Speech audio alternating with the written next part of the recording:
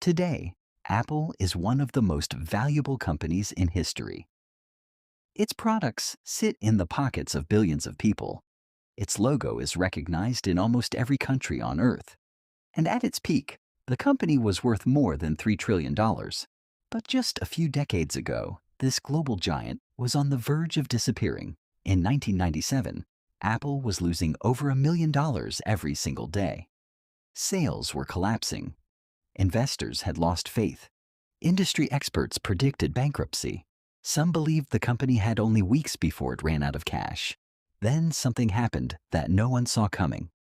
The man Apple had forced out years earlier returned and made a series of decisions that completely changed the company's future.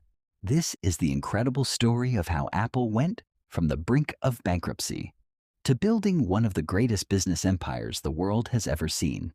Before Apple became the company we know today, it started in one of the most unlikely places imaginable, a suburban garage in California. It was 1976. Personal computers were still a strange idea, used mostly by hobbyists and large businesses. Few people believed that one day, every home would have a computer. But two young men saw the future differently. One was Steve Wozniak, a brilliant engineer who loved building computers simply because he enjoyed the challenge.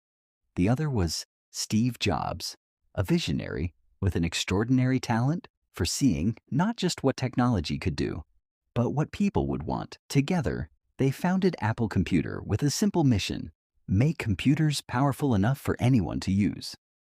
Their first product, the Apple I, was modest. It sold only a few hundred units, but it proved that there was a market for personal computers. Then came the breakthrough. In 1977, Apple introduced the Apple II. Unlike most computers of its time, it was designed for ordinary people, not just engineers. It was easy to use, reliable, and years ahead of many competitors.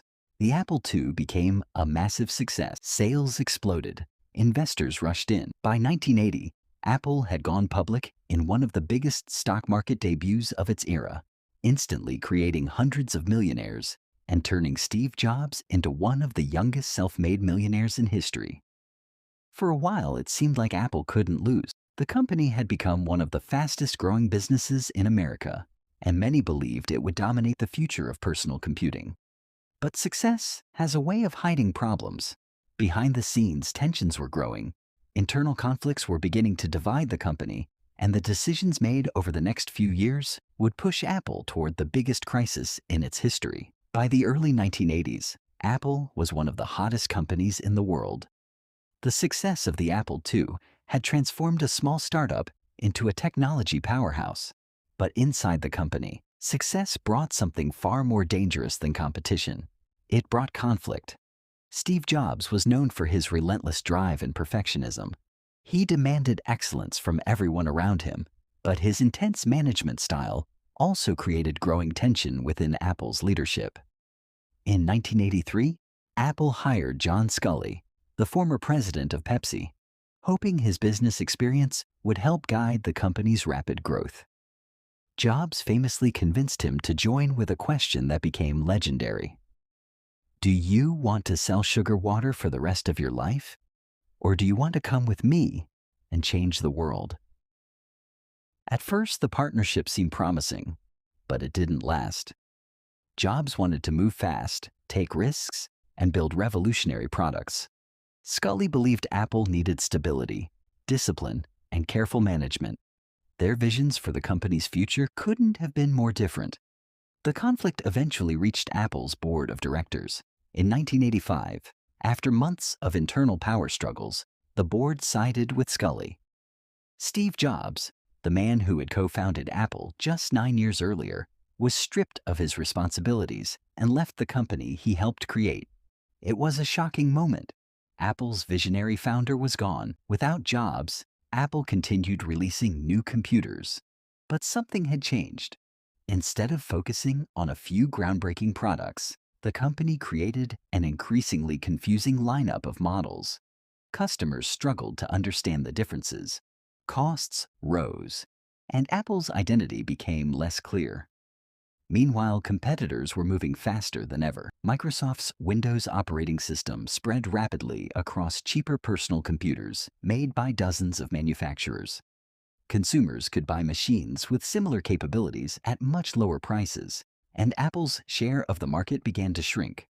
What had once looked like unstoppable momentum slowly turned into years of missed opportunities, and the worst was still to come. By the mid-1990s, Apple was in serious trouble. The company that had once defined the personal computer industry was now struggling to keep up. Year after year, its market share continued to fall, while competitors released faster, cheaper, and more compatible machines. Inside Apple, the problems were everywhere. Its product lineup had become a maze of nearly identical computers with confusing names. Customers didn't know which model to buy, retailers struggled to explain the differences, and even Apple's own employees found it difficult to keep up. Even worse, the company had lost its sense of direction. Instead of focusing on a clear vision, Apple spread its resources across dozens of projects. Many products failed to attract customers, while development costs continued to climb. Then came the financial disaster. In 1996 and 1997, Apple reported massive losses, burning through hundreds of millions of dollars. Warehouses filled with unsold computers, revenue continued to decline, and every passing quarter brought more bad news. Confidence collapsed. Investors began selling their shares. Customers hesitated to buy Apple products, worried the company might not be around to support them. Even employees questioned whether they had a future at Apple.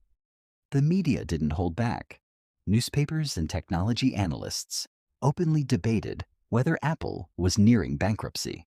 Some believed it was only a matter of time before the company would be broken apart or sold to a competitor. For the first time in its history, Apple's survival was no longer guaranteed. The company still had cash reserves, but they were shrinking rapidly.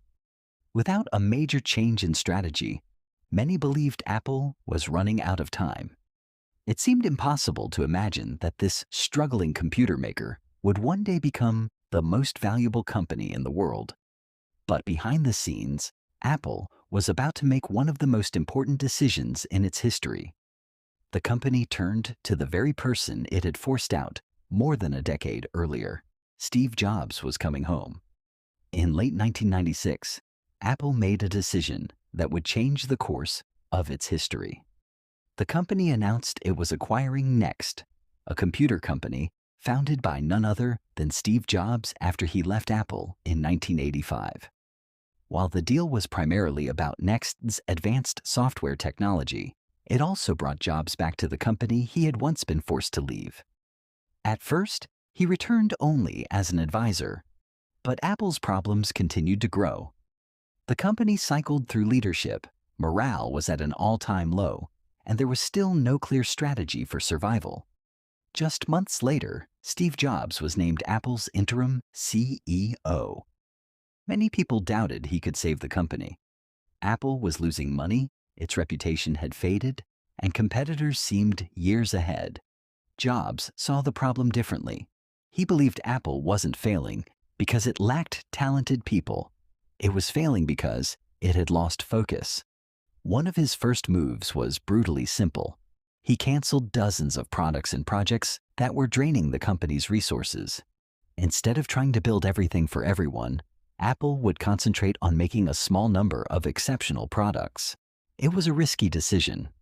Thousands of employees were laid off, entire product lines disappeared, and some critics questioned whether Apple was cutting too deeply.